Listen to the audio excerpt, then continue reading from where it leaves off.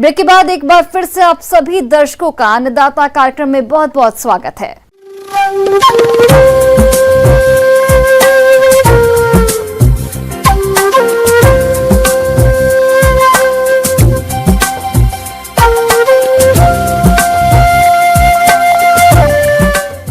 मौसम विभाग के रिपोर्ट पर साप्ताहिक कृषि सलाह इस प्रकार है।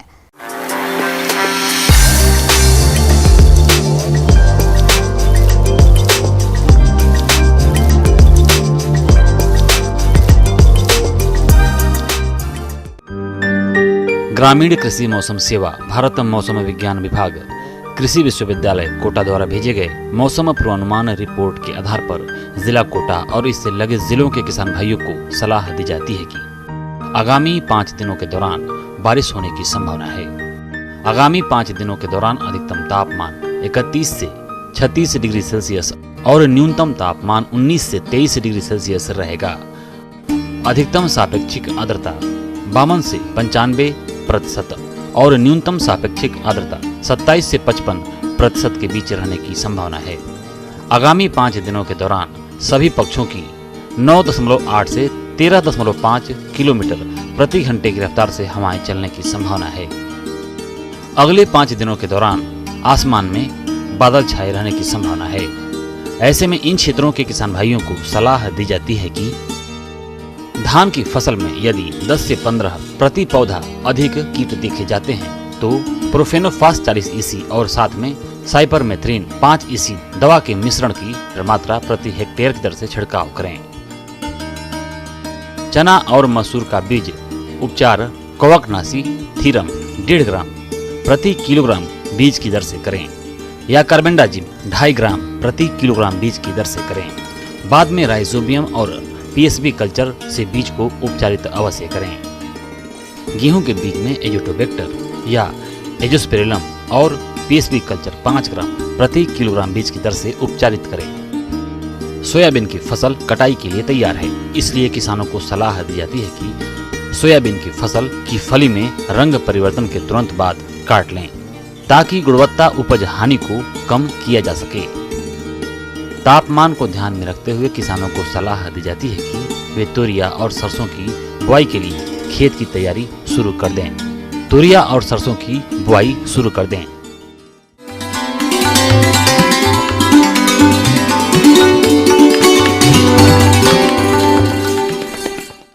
आइए जानते हैं अन्नदाता निःशुल्क फोन के माध्यम से पूछे गए समस्याओं का समाधान। अन्नदाता निःशुल्क फोन संपर्क सेवा के माध्यम से पूछे गए प्रश्नों में से आज हमने जिस प्रश्न को कार्यक्रम में शामिल किया है उसे पूछा है ग्राम गोलपुर जिला बूंदी के कृषक मुकेश राठौड़ ने। आप गन्ना की खेती के बारे में संपूर्ण जानकारी चाहते हैं तो मुकेश राठौड़ जी आपकी जानकारी के लिए प्रस्तुत है कार्यक्रम का ये अंश।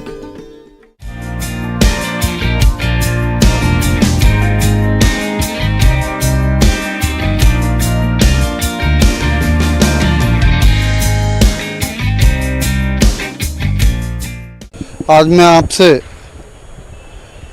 गन्ने की बुआई के बारे में चर्चा करूंगा।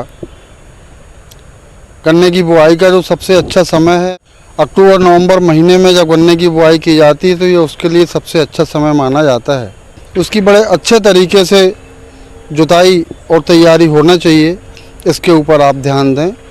तो अभी जैसा कि देख रहे हैं खेत में बतर आने की स्थिति में पर्याप्त बतर जब आती है उस समय आप आड़ा खड़ा मिट्टी पलटने वाले हल से जुताई कर दें, जिसको मोल्ड बोर्ड प्लाऊ बोलते हैं। आड़ी खड़ी जुताई कर दें। इस जुताई के पहले जो भी देसी खाद यानी कंपोस्ट या गोबर की खाद आप देना चाहते हैं वो आप खेत में बिखेर दें। करीब 10 टन गोबर की खाद प्रति हेक्टेयर की दर से आपको लगेगी और इसको अच्छी तरह मिट्टी के साथ मिला दें। प्लाऊ से जुताई करने के बाद इसमें डिस्क चलाएं, खेत को जो ढेले बन गए हैं उनको भुरभुरा करें, समतलीकरण करें और उसके बाद इसमें जो गन्ने का नाली बनाने वाला यंत्र है उससे नालियाँ बनाएं। तो आप ये मान के चलिए कि आपको रिजर्व से जो नालियाँ बनाना है कम से कम 1 फीट गहरी नालियाँ आप 3 फीट के अंतर से बनाते चलें। नाली से नाली की दूरी 3 फीट होना चाहिए। ये आपकी पहली आवश्यकता है। नालियाँ बनाने के बाद इन नालियों में आपको जो फास्फोरस, पोटास, जिंक सल्फेट, ये जो उर्वरक हैं, ये आपको आधार मात्रा के रूप में देना है। गन्ना फसल की पकने की अवधि लंबी होने के कारण उर्वरकों की आवश्यकता भी अधिक होती है, इसलिए गन्ने में urea 650 kilogram, single super phosphate 500 kilogram और म्यूरेट ऑफ पोटाश 100 किलोग्राम मात्रा प्रति हेक्टेयर की दर से प्रयोग करना चाहिए, जिसमें से सिंगल सुपर फास्फेट तथा म्यूरेट ऑफ पोटाश की मात्रा बुआई के समय प्रयोग करें और यूरिया की मात्रा को 4 बराबर भागों में बांटकर क्रमशः 30, 90, 120 तथा 150 दिन की अवस्था पर प्रयोग करने से गन्ना की फसल से अच्छा उत्पादन प्राप्त होता है। भूमि की तैयारी करने के बाद आपको जो दूसरा सबसे महत्वपूर्ण बिंदु है वो है किस्मों का चुनाव। किस्मों के चुनाव में मुख्य चीज़ ध्यान रखें कि आपके क्षेत्र के लिए जिस किस्म की अनुशंसा की गई है वो आपको देखना है। जैसे सामान्य तौर पर जो जल्दी पकने वाली जातियाँ हैं उनमें कोजे 64, कोसी 671, को जवाहर 86, 572 या 86, 141, ये काफ़ी अच्छी पैदावार वाली किस्में हैं। और मध्यम अवधि की किस्में ले रहे हैं तो उस हिसाब से आपको को जे 86, 600 या 86, 032 इन किस्मों का चुनाव करें। गन्ना भी अच्छा है और इनमें शक्कर का प्रतिशत भी अच्छा है। गन्ना बीज की मात्रा बुआई पद्धति, कतार से कतार की दूरी एवं गन्ने की मोटाई के आधार पर ही निर्भर करती है। सामान्यतः गन्ना की बुआई के लिए 2 से 3 आंख वाले टुकड़ों की 75 से 80 क्विंटल प्रति हेक्टेयर बीज की जरूरत होती है।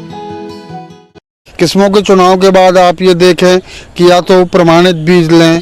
यदि किसान से किसान आप बीज लेते हैं तो आप देखिएगा कि फसल की जो उम्र है जिसमें से बीज लिया जाना है वो 10 से 11 माह की हो, ज़्यादा से ज़्यादा। उससे ज़्यादा 12, 13, 14 माह की फसल के गन्ने लेते हैं बीज के रूप में तो इनमें अंकुरण का जो प्रतिशत है वो गिर जाता है। इस प्रकार से गन्ने के बीज का चयन करें। बीज का चुनाव करने के बाद जब आप खेत में फसल बुआई करने के लिए, गन्ना लगाने के लिए जाते हैं तो गन्ने के गडेरियों में टुकड़े बनाना है। एक गडेरी 2 से 3 आंख की होना चाहिए। इससे बड़ी गडेरी में आपको अच्छा अंकुरण नहीं मिलता है।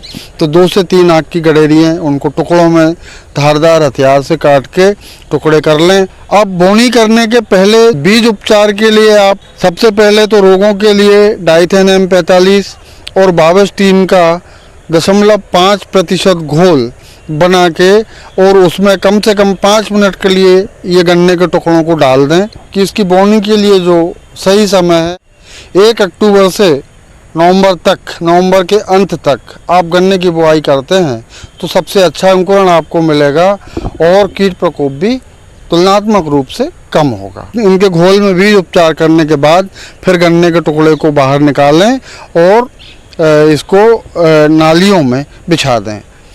एक गडेरी से दूसरे गडेरी का जो कोना है, सिरा जो है वो मिला के बिछाते चलें। वो बिछाने के बाद इनको धीरे से दबा दें ताकि 2-3 इंच नीचे गहराई में गन्ना चला जाए। ये इसकी मुख्य तैयारी होती है गन्ने की। बुआई के बाद नालियों में पानी देते हैं, हल्का पानी देंगे आप अभी।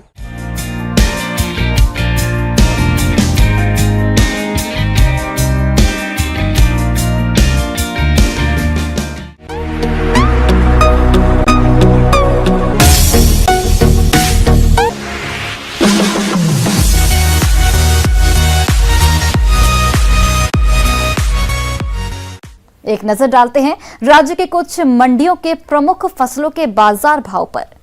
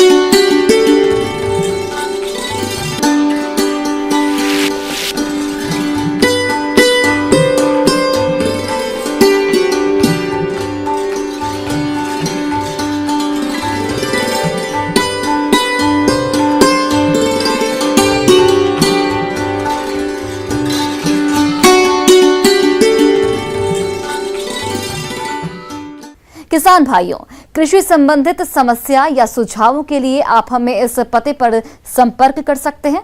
Producer Annadata, news 18 Rajasthan, Ramoji film city, Hyderabad 501512। साथ ही आप हमें ईमेल भी कर सकते हैं। हमारा ईमेल आईडी है p18annadattarajasthan@news18.com। इसके अतिरिक्त आप हमें निःशुल्क हेल्पलाइन नंबर 18008892 पर सोमवार से शनिवार सुबह 10 से शाम 4 बजे के बीच संपर्क कर सकते हैं। अब समय हो रहा है आपसे विदा लेने का। कल फिर से आपसे मुलाकात होगी कृषि से जुड़ी महत्वपूर्ण जानकारियों के साथ। नमस्कार।